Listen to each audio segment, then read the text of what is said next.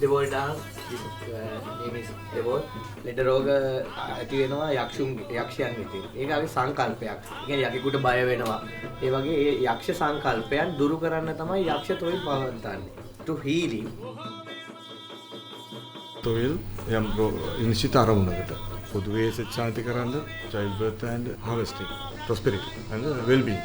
ඒකට මෙහෙම ස්පෙસિෆික් දේවල් වෙන වෙනම ඒකට වෙන් කරලා තියෙන්නේ. න්‍යායික පදනමක් තියෙනවා.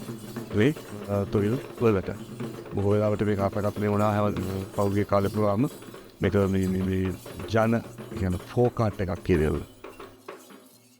එතකොට ඒක ඇතුළේ ඉඳගෙන බලනකොට මේක බිලිව් කළොත් ඒක තමන්ට ශාන්තිය. යහපත. ඒක නිකන් මෙහෙම බලලා හිටියොත් පර්ෆෝමන්ස් එකක්.